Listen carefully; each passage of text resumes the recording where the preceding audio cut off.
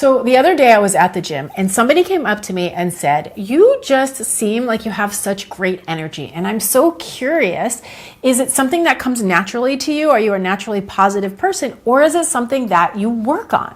And I absolutely loved that they asked me that question for two reasons. One, because it makes me feel like I'm not the only person who thinks about these things. And two, because the truth is, when left to its own devices, my brain loves to default to self-criticism and self-doubt. If I am not consciously working on my mindset or staying self-aware, my brain will feed me stories constantly about why I'm not doing a good job, why I'm not doing it the right way, why it's not going to work, why something is too hard, etc., etc., etc. And I know that for so many of you, the biggest obstacle that stands between you and your health and weight loss goals is that negative conversation that is constantly going on between your ears. So I thought this would be a great thing for us to chat about. So that's exactly what we're going to do. I am Dani Spies. I am a mind, body, health, wellness, and weight coach, and I want to help you create a kind, sustainable path to permanent weight loss. So let's chat about negative self-talk and what the heck it's all about and what we're supposed to do with it so that we can continue to move towards our health and weight loss goals without being derailed by it. Now, the very first piece of this conversation, and something that I think is very important to understand, is that our brains are designed to look for problems, right? They're designed to scan for what can go wrong, because historically speaking, this is what kept us safe and kept us alive. So let's just all agree that the brain looking for problems or defaulting to a negative space does not mean that anything has gone wrong. It just means that you have a healthy, well-functioning brain, right? So the intention of this conversation is not to say that you should or will never have any negative thoughts.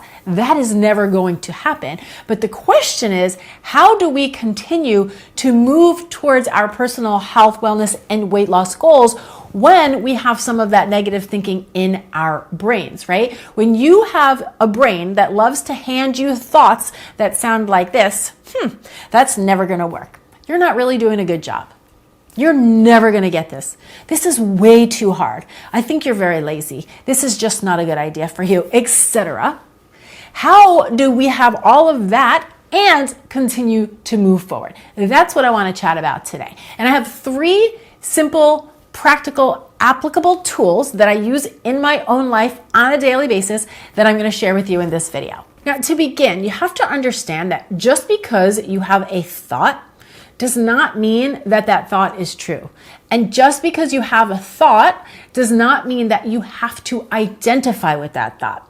We have to remember that we have over 60,000 thoughts a day, and you are not consciously thinking those thoughts all day long. Those thoughts are just running through your brain, and they're basically recycled thoughts from things that we have heard or consumed in our past. So whether that is information that we got from friends, family, or loved ones, or it's information that we got from something that we read or watched or listened to, right? That information enters your brain, and then those thoughts tend to run through our mind. Now, this is why, side note, it's so important to be conscious of the type of information that you consume and make a decision to really try to read and consume things that help to uplift you, inspire you, and encourage you rather than make you feel afraid or worried or weighed down. So we don't necessarily get to control the thoughts that we have, but we do get to choose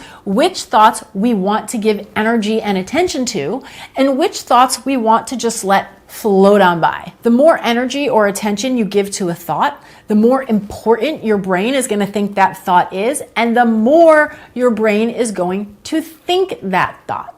So if you are pushing against the thought, if you are wishing you didn't have a thought, if you are judging yourself for having a thought, or if you're spending a lot of time trying to change a specific thought that doesn't seem to want to budge, all of those are different ways of giving those thoughts energy and attention, which can make those thoughts have a stronger grip. So we want to kind of practice falling behind the thoughts or just letting certain thoughts float on by without attaching to them, without without giving them any meaning. Because remember, just because there is a thought in your brain does not mean it is true and does not mean you have to identify with it. So tip number one is not identifying with or not attaching myself to whatever the negative thought is. In other words, I don't let that thought mean anything about me. And this takes a little bit of practice. But for instance, my brain, whenever I am doing something new, loves to indulge in self-doubt and self-criticism. It will continuously tell me that I am not doing a good job, that whatever I'm trying to do is not going to work, that this is not for me, or that I'm not ready to be doing it, or like, who do I think I am, etc., etc. And I have come to recognize the pattern of that. Right? Whenever I'm on new ground or I'm not very good at something or I'm learning something new, my brain will go into this negative thought cycle. Now think about it. Your brain historically wants to keep you safe, right? It wants to keep you inside the cave. So my brain's like, let's not go out and do this new thing. That could be dangerous. Not in our current world, but historically, right? That could be dangerous. Come back into the cave. So the brain starts to throw you all of these stories, all of this self-doubt, all of this reasoning to just stop the new adventure and go back inside the cave. And this new adventure could be as simple as like trying a new workout or eating a new type of food. It doesn't have to be anything that's actually putting you in danger. But the brain, when uncomfortable, will default to this type of pattern. Now, personally, I often know that this type of thinking is running through my brain because of how I'm feeling. I will feel kind of heavy. I'll feel doubtful. I'll feel hesitant. I'll feel worried. And when I'm like, what the heck is going on? I notice that I am having these thoughts. So what I do is I notice them. I acknowledge them. I breathe into them, but I do not attach to them. It kind of looks like this. Oh, right. This is the part where we tell ourselves that we're not capable or we're not going to be able to do it. Oh, right. This is the part where we say it's too hard and it doesn't feel great, but it's to be expected. Simply acknowledging the negative thoughts without needing to do anything about them can begin to soften them. I often find just the simple tool of awareness, like, oh, there's that thought again, will allow me to just detach from it, and it kind of gets to be there with me. It's like my best buddy. Years ago, I would spend a lot of time trying to unravel and undo every negative thought I had, but I often found that it didn't serve me, and like I said earlier, it would actually make the negative thinking stronger. So just having awareness of some of your brain's favorite default negative thinking and allowing them to be there and recognizing that nothing has gone wrong and we don't have to attach to them, nor do we have to take action according to them. Then it tends to soften its grip on you so that you can continue to move forward. Now, the second tool that has really helped me, especially when I'm kind of in the grips of negative thinking and I am not really capable of separating myself from the thought. I think most of you probably know what I mean. Sometimes you can have a really strong awareness around your thinking, and sometimes you're just very caught up with it. Feels like it just feels true, even though it's not, right? So when that happens, I learned this great tool from a little book. It's called Love Yourself Like Your Life Depends on It. And in the book, the author recommends using a simple mantra on a loop in your mind to redirect your attention without fighting against the negative thought patterns. Now, in the book, he uses the mantra, I love myself. And the idea is you just repeat that on a loop, like, I love myself. I love myself. I love myself. And you continuously come back to that gentle, loving statement, and it creates more ease over time. It, again, allows you to take your attention off of the negative thought pattern and put your attention to a very gentle, loving place. Now, usually when I do a mantra like that, I use something that sounds more like this. It's okay. You're doing a good job. I love you. It's okay. You're doing a good job. I love you. And I use that mantra for myself. And the reason I share that is because somebody else's exact mantra may not work for you, but just play with it until you find something that feels soothing and easeful for you, because that's really the name of the game. Remember, if we put a lot of attention on the thought patterns that are negative and not serving us, we make them stronger.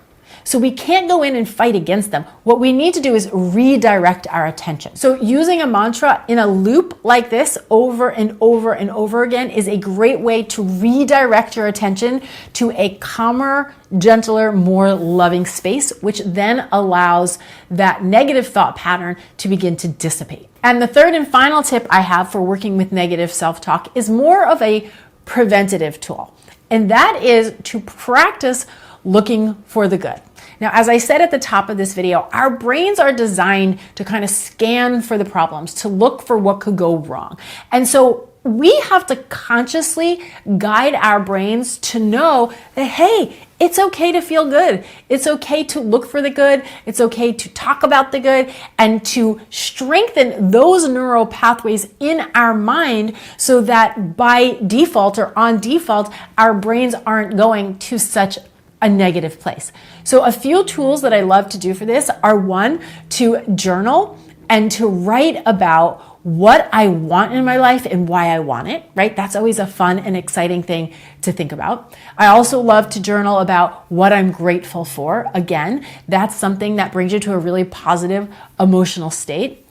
I love to just chat intentionally about things that went well in the day, or intentionally chat about characteristics that I love about my friends or about my family or about myself. Again, because that helps to elevate the emotions and teach your brain like, hey, we're gonna think like this. And when you consciously do it on purpose, you strengthen that practice.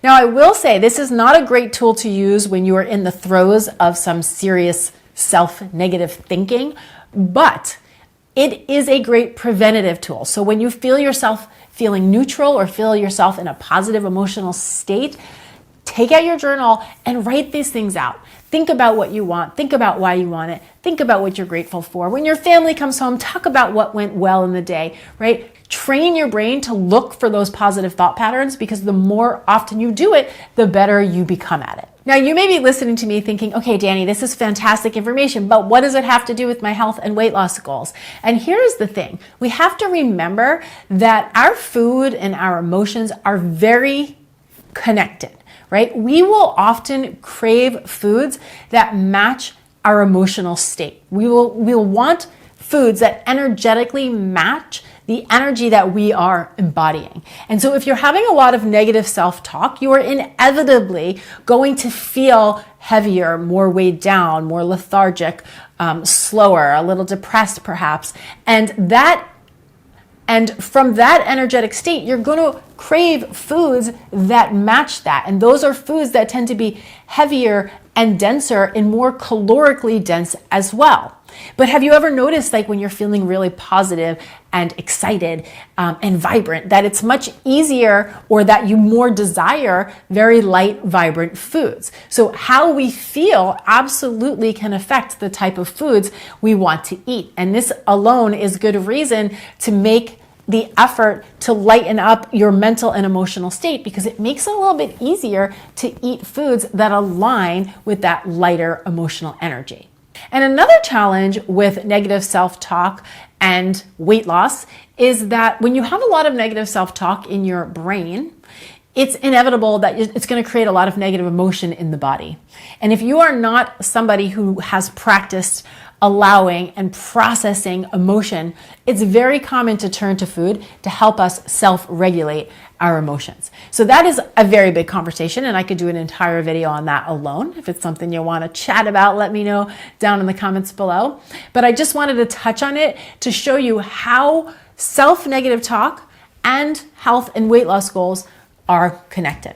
Now, if you're somebody who wants to learn more about how to take a kind, sane, sustainable approach to permanent weight loss, make sure that you head down to the description box below and click the link, because I have a free 3-part mind-body training series on kind, sane, sustainable weight loss and 3 tools to get you started. So there's lots of good information in there. Make sure to check it out. And I would also love if you would come on down to the comment section below and share your thoughts, questions, aha moments, or anything on your journey with negative self-talk. Is it something you ever experience? And if it is, how do you work with it and or manage it? I would love to hear your tips and tools as well. So come on down and please do share. As always, thank you so much for watching. I'm Danny Spies, and I'll see you back here next time with some more food for thought. Cheers.